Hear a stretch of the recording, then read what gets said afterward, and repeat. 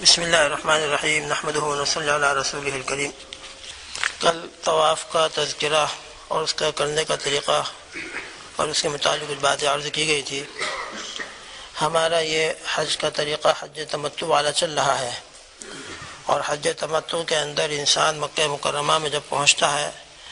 تو وہ عمرہ کا احرام باندھ کر پہنچتا ہے، اور اس کا یہ پہلا طواف احرام کی حالت میں ہوتا ہے۔ اور ایک مسئلہ ذہن میں رہے کہ ہر وہ طواف جس کے بعد سعی کرنا ہے اور وہ احرام طواف کی حالت میں ہو رہا ہو تو اس کے اندر ایک طریقہ مسنون یہ بھی ہے کہ جب ہم مکہ مکرمہ پہنچیں گے،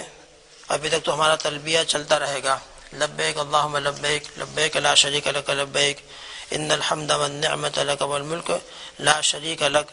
یہ تلبیہ جاری رہے گا یہاں تک کہ جب ہم طواف کے ارادے سے اور عمرے کے ارادے سے بیت اللہ پہنچ جائیں گے اور بیت اللہ پر ہماری نظر پڑے گی، اس وقت تکبیر کہنا ہے 3 مرتبہ، اللہ اکبر لا الہ الا اللہ 3 مرتبہ۔ پھر اس کے بعد جب ہم طواف کے ارادے سے نیت کریں اور نیت کر کے حجر اسود کا استعلام کریں گے تو بس استعلام کے وقت اب ہمارا تلبیہ ختم ہو جائے گا۔ استعلام تک تلبیہ کہنا ہے، اور اب استعلام کا جب موقع آ جائے گا نیت کر لیں گے، اب ہم طواف شروع کرنے کا ارادہ کریں گے تو اب تلبیہ اسٹاپ کر دیں گے، تلبیہ ختم ہو گیا۔ اب اس کے بعد جو ہے طواف کی مسنون جو دعائیں ہیں یا اپنے توبہ جو ذکر کرنا ہے اس کے اندر مشغول ہونا ہے۔ اور چونکہ یہ ہمارا طواف احرام کی حالت میں ہے تو اس طواف کے اندر 2 چیزیں مردوں کے لیے اور مسنون ہیں، 2 چیزیں مردوں کے لیے، عورتوں کے لیے نہیں، مستورات کے لیے نہیں ہے۔ ان میں سے ایک چیز اجتباع ہے۔ اجتباع کا مطلب یہ ہے کہ احرام جو ہے عام طور پر ہمارا دونوں شولڈر اور دونوں کندھوں کے اوپر چادر ہوتی ہے، اور دونوں کندھے اور دونوں شولڈر چادر کے اندر ڈھکے ہوئے رہتے ہیں، اس طریقے سے ہوتا ہے احرام، اس طریقے پر باندھنا ہے۔ وہاں آپ دیکھیں گے عام طور پر لوگوں کو بہت سے خاص کر مصر کے آتے ہیں تو اکثر یہ پہلا یہ رائٹ شولڈر جو کھلا ہوا رکھتے ہیں عام حالت کے اندر، نماز کے اندر بھی، لیکن ہمارے احناف کے یہاں ہر وقت یہ دونوں کندھے دونوں شولڈر بند رکھنا ہے، اور خاص کر نماز کے وقت تو بند ہی رکھنا ہے۔ لیکن جب یہ طواف شروع کریں گے تو طواف کے اندر مردوں کے لیے اجتباع مسنون ہے۔ اجتباع کا مطلب یہ ہوگا کہ اب یہ داہنا جو شولڈر ہے ہمارا رائٹ شولڈر، اس کو کھولنا ہے اور احرام کو اس طریقے سے ڈالیں گے ہم، یہ کھل جائے گا، اور اس طریقے سے ہمارا یہ طواف شروع ہوگا۔ 7 چکروں کے اندر مسنون یہی ہے کہ مرد اپنے اس رائٹ شولڈر کو کھلا ہوا رکھیں گے۔ ایک سنت تو مردوں کے لیے یہ ہے، اور دوسری سنت مردوں کے لیے طواف کے اندر جس طواف کے بعد سعی کرنا ہے اور جو طواف احرام کے ساتھ ہو رہا ہو، دوسرے سنت یہ ہے کہ پہلے 3 چکروں میں رمل کرنا ہے۔ رمل کا مطلب یہ ہے کہ ذرا سینہ نکال کر بہادروں کی طرح اپنے مضبوطی کے ساتھ قدم اٹھانا اور مضبوطی کے ساتھ قدم رکھنا، جیسے بہادر چلتے ہیں میدان جنگ کے اندر، اس طریقے سے چلنا ہے پہلے 3 چکروں میں۔ لیکن یہ بھی اس وقت ہے جب کہ بہت بھیڑ نہ ہو، ازدحام نہ ہو، اور ہم آسانی کے ساتھ اس طریقے سے رمل کر سکتے ہوں۔ لیکن اگر اتفاق سے بہت زیادہ بھیڑ ہے، جیسے کہ طواف زیارت کے وقت میں 10ویں تاریخ کو بڑا سخت معاملہ ہوتا ہے اور بہت ہی زیادہ ازدحام اور بھیڑ کی شکل ہوتی ہے، اور وہاں انسان یہ رمل کرنا بھی چاہے تو ناممکن ہوتا ہے، تو خیر اس وقت تو مجبوری ہے، ورنہ جب کر سکتے ہوں تو مردوں کے لیے پہلے 3 چکروں میں پہلے 3 شوط کے اندر رمل کرنا مسنون ہے۔ یہ 2 چیزیں مردوں کے لیے ہے، باقی عورتوں کے لیے نہیں ہے، عورتوں کے لیے نہیں ہے۔ یہ رمل کیوں ہے؟ رمل کی جو سنت ہے وہ اس وجہ سے ہے کہ حضور پاک صلی اللہ تعالی علیہ وسلم عمرہ قضاء کے لیے جب تشریف لے گئے تھے اور بیت اللہ کے طواف کا ارادہ فرمایا تھا تو کفار مکہ اس وقت بیت اللہ کے ارد گرد بیٹھے ہوئے تھے اور آپس کے اندر یہ باتیں کر رہے تھے کہ یہ مدینہ منورہ کے جو مہاجر اور انصار آئے ہیں اور یہاں سے جو ہجرت کر کے مدینہ منورہ گئے تھے، وہاں کی بخار نے اور وہاں کے ویدر نے ان کو بالکل کمزور کر دیا ہے، اب ان کے اندر کوئی طاقت اور کوئی قوت نہیں ہے۔ اللہ کے رسول صلی اللہ تعالیٰ علیہ وسلم کو بذریعہ وحی پتہ چل گیا کہ یہ کفار مکہ اس قسم کی باتیں کر رہے ہیں، تو نبی کریم صلی اللہ تعالیٰ علیہ وسلم نے حضرات صحابہ رضی اللہ تعالیٰ عنہ مجمعین کو حکم فرمایا کہ ان کے سامنے اپنی قوت کا مظاہرہ کرو، اپنی قوت کو بتلاؤ، یہ کہہ رہے ہیں کہ یہ کمزور ہو کر آئے ہیں ذرا سینہ نکال کر چلو بہادروں کی طرح، تاکہ ان کو پتہ چل جائے کہ الحمدللہ ہم وہاں کے ویدر سے اور بخار سے کمزور نہیں ہوئے ہیں۔ روحانی قوت تو ہے یقیناً، ایمان کی قوت، اور الحمدللہ ظاہری اعتبار سے بھی ہمارے جسموں کے اندر قوت ہے۔ اس وقت اللہ کے رسول صلی اللہ تعالیٰ علیہ وسلم نے اس طرح رمل کرنے کا حکم فرمایا تھا۔ اللہ کو یہ ادا اتنی پسند آئی کہ قیامت تک آنے والے حاجیوں کے لیے بطور سنت کے مقرر کر دیا، بطور سنت کے اس یادگار کو قائم کر دیا۔ اس لیے مردوں کے لیے وہ طواف جس کے بعد سعی کرنا ہے اور جو طواف احرام کے ساتھ کیا جا رہا ہو، اس طواف کے اندر مردوں کے لیے یہ دو چیزیں مسنون ہیں، باقی عورتوں کے لیے نہیں، مستورات کے لیے نہیں، مستورات تو اپنی حالت کے اوپر رہیں گی۔ تو بہرحال اب ہم طواف جب شروع کریں گے تو براؤن لکیر پر آ جائیں گے، بیت اللہ کے سامنے ہمارا سینہ ہوگا، اور اس وقت ہم استلام کریں گے۔ اور جیسا کہ کل بتایا گیا تھا کہ بیت اللہ کے اندر جو حجر اسود ہے، حجر اسود کے اوپر عام طور پر خوشبو اور پرفیوم عطر وغیرہ لگا ہوا ہوتا ہے، اور احرام کی حالت میں ہم خوشبو اور پرفیوم کا استعمال نہیں کر سکتے۔ اس لیے استلام کے وقت میں اگر موقع ہو تب بھی ہم حجر اسود کے اوپر اپنا ہاتھ نہیں رکھیں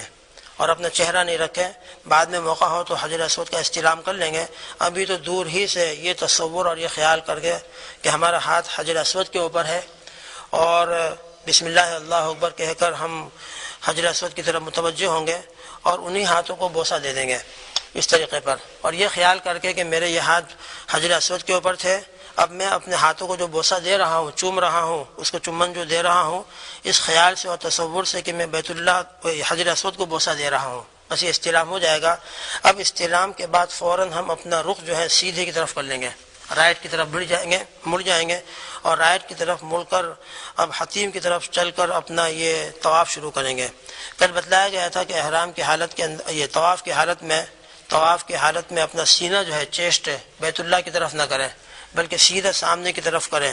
اگر بیت اللہ کی طرف جان بوجھ کر اپنے ارادے سے سینہ کریں گے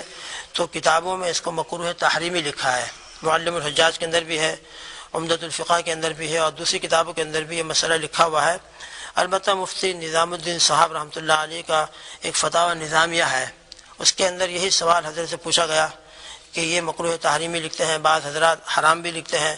کہ طواف کی حالت کے اندر اپنا سینہ بیت اللہ کی طرف نہیں کرنا چاہیے، لیکن کبھی کبھی اتنی بھیڑ ہوتی ہے، اتنا وہاں پہ ہجوم ہوتا ہے اور اتنے لوگوں کی کثرت ہوتی ہے اور ایسے دھکے آتے ہیں کہ انسان بلا ارادہ بھی اگر سیدھا چلنا چاہے تو اس کے لیے چلنا مشکل ہوتا ہے اور خود بخود اس کا سینہ بیت اللہ کی طرف ہو جاتا ہے، بلکہ کبھی کبھی تو انسان دھکوں کی وجہ سے اپنے اختیار کے بغیر آگے چلتا چلا جاتا ہے اور اس کا سینہ بھی بیت اللہ کی طرف ہو جاتا ہے۔ تو حضرت نے اس کے جواب کے اندر تحریر فرمایا ہے کہ یہ تو بالکل غیر اختیاری حالت ہے، انسان اپنے اختیار سے نہیں کر رہا ہے، بالکل اضطراری کیفیت ہے، تو امید ہے کہ اللہ پاک اس کو معاف فرما دیں گے اور انشاءاللہ اس کے اوپر کوئی مواخذہ یا کوئی حکم مرتب نہیں ہوگا۔ تو خلاصہ یہ نکلا کہ اپنے ارادے سے تو ہم بیت اللہ کی طرف اپنا سینہ نہ کریں بلکہ طواف کے وقت بالکل سامنے کی طرف چہرہ رکھیں، سامنے کی طرف فیس کریں اور سامنے ہی کی طرف اپنا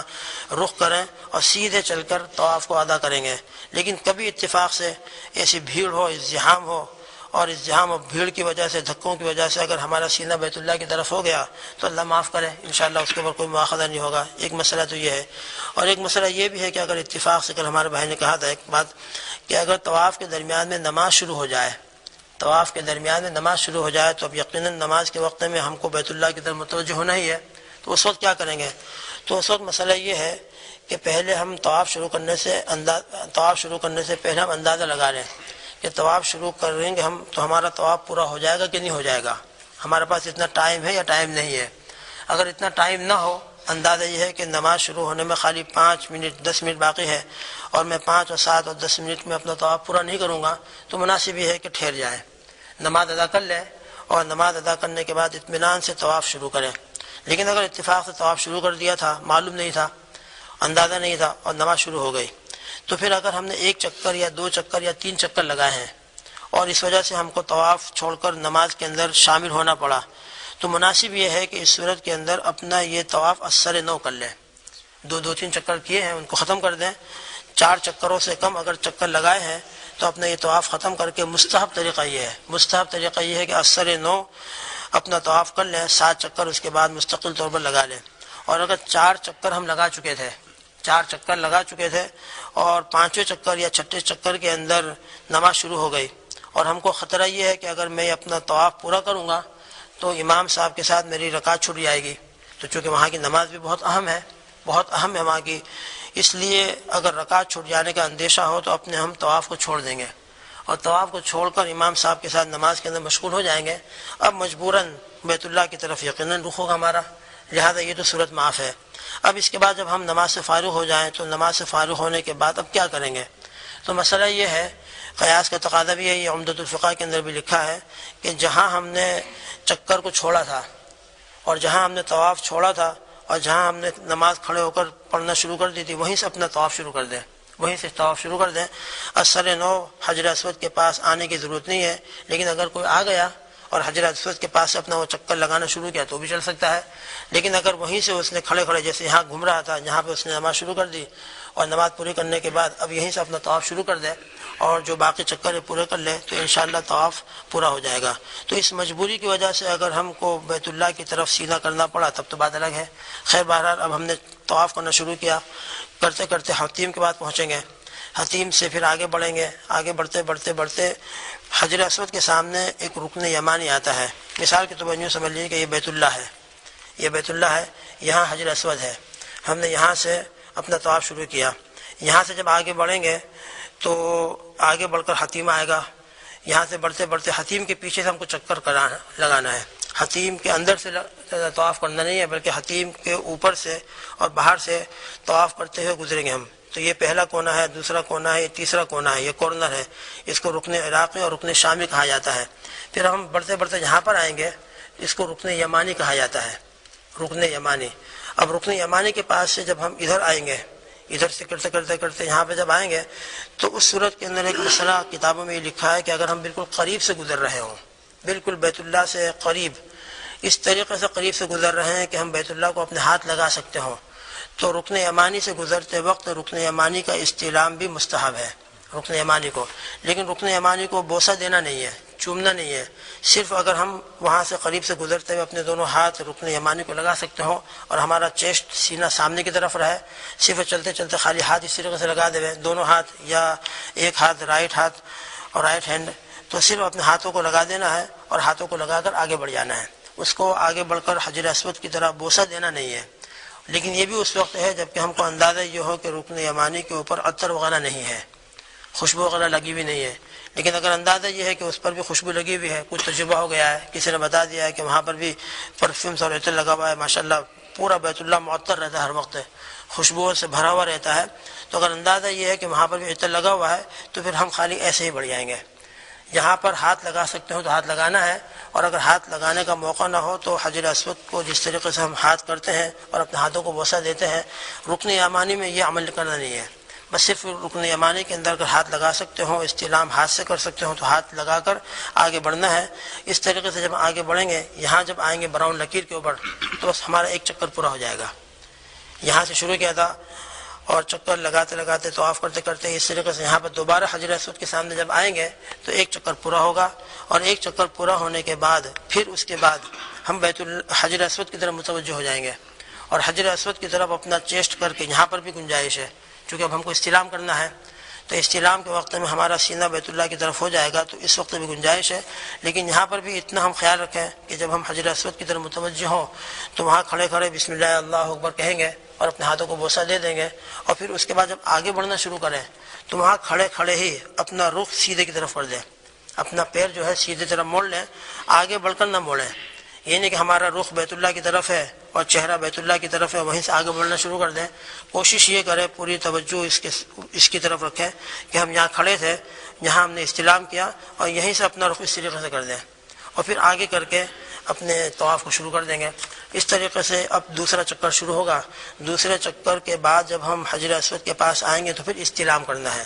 ہر چکر کے اندر استلام کرنا ہے، اس طریقے سے 7 چکر لگانا ہے، 7 شوط لگانا ہے، ہر شوط کے وقت میں استلام کریں گے، اور ہر شوط کے وقت استلام کرنے کے بعد جب ہم 7واں چکر پورا کریں تو 7واں چکر پورا کرنے کے بعد مسئلہ یہ ہے کہ اگر ہم کو موقع ہو تو ہم ملتزم کے پاس آ جائیں، 7 چکر پورا کرنے کے بعد اب ہم ملتزم کے پاس آئیں گے، یہ 7 چکر پورا کرنے کے بعد پھر 8ویں مرتبہ استلام کرنا، یہ بھی سنت لکھا ہے۔ 7 چکر پورا کرنے کے بعد پھر 8واں استلام یعنی حجر اسود کی طرف متوجہ ہو کر اپنے ہاتھوں کو چومنا۔ حضرت مفتی شفیع صاحب رحمۃ اللہ علیہ نے لکھا ہے کہ پہلا استلام اور 8واں استلام یہ سنت مؤکدہ ہے، اور درمیان کے جو استلام ہے یہ اتنی زیادہ اس کی تاکید نہیں ہے، اتفاق سے اگر چھوٹ گیا اور ہم کو یاد نہیں رہا اور آگے بڑھ گئے اور اس طریقے سے ہمارا طواف کا دوسرا یا تیسرا چکر شروع ہو گیا تو درمیان میں اگر استلام چھوٹ جائے تو اس کے اوپر اتنی زیادہ تاکید نہیں ہے۔ بہتر تو یہی ہے کہ ہر چکر کے وقت میں ہم استلام کر کے آگے بڑھیں، لیکن اگر اتفاق سے درمیان میں چھوٹ گیا ہو تو اس کے اوپر اتنی زیادہ تاکید نہیں ہے۔ لیکن پہلی مرتبہ اور 8ویں مرتبہ استلام ہے، پہلی مرتبہ اور 8ویں مرتبہ استلام ہے۔ اب ہمارا یہ طواف پورا ہو گیا۔ طواف پورا کرنے کے بعد 2 رکعت طواف کی ادا کرنا ہے، اور یہ 2 رکعت طواف کی ادا کرنا واجب ہے۔ اگر موقع مل جائے آسانی کے ساتھ اگر ہم مقام ابراہیم کے پاس پہنچ کر 2 رکعت مقام ابراہیم کے پیچھے پڑھ سکتے ہیں، واتخذوا من مقام ابراہیم مصلی، اگر 2 رکعت وہاں ادا کر سکتے ہو تو بہت اچھا، وہاں 2 رکعت ادا کر لیں گے۔ لیکن اگر وہاں 2 رکعت ادا کرنے کا موقع نہ ملے تو پورے مسجد حرام کے اندر جہاں بھی موقع مل سکتا ہو، جہاں بھی ہم یہ 2 رکعت پڑھ سکتے ہوں پڑھ لیں گے۔ لیکن اس کے اندر یہ ذہن میں رہے کہ یہ 2 رکعت اس وقت ادا کرنا ہے جبکہ مکروہ وقت نہ ہو۔ اگر عصر کے بعد ہم طواف کر رہے تھے اور مغرب سے پہلے ہم طواف کر کے فارغ ہوئے تو ہمارے احناف کے یہاں مغرب سے پہلے کوئی نماز نہیں پڑھ سکتے، لہذا اس وقت کی 2 رکعتوں کو ذرا ہم مغرب بعد پڑھ لیں گے، مغرب کے بعد ادا کریں گے۔ یا فجر کے بعد ہم نے طواف شروع کیا تھا اور ایسی وقت کے اندر کہ آفتاب طلوع ہو رہا تھا یا آفتاب کے طلوع ہونے سے پہلے ہم اپنے طواف سے فارغ ہوئے تو یہ بھی مکروہ وقت ہوتا ہے۔ تو اس وقت کی 2 رکعتوں کو ذرا ہم دیر کر دیں اور بعد میں جب مکروہ وقت ختم ہو جائے اس کے بعد پھر ہم ان 2 رکعتوں کو ادا کر لیں گے۔ اس طریقے سے الحمدللہ یہ ہمارا طواف پورا ہو جائے گا۔ اب اس کے بعد سعی کرنا ہے، سعی کا طریقہ انشاءاللہ آئندہ مجلس میں اللہ نے چاہا تو عرض کیا جائے گا۔ اللہ پاک آسان فرمائے اور قبول فرمائے۔ سبحان اللہ بحمدہ، سبحانک اللہم وبحمدک، ونشہد ان لا الہ الا انت، نستغفرک ونتوب الیک۔ سبحان ربک رب العزۃ عما یصفون، وسلام علی المرسلین۔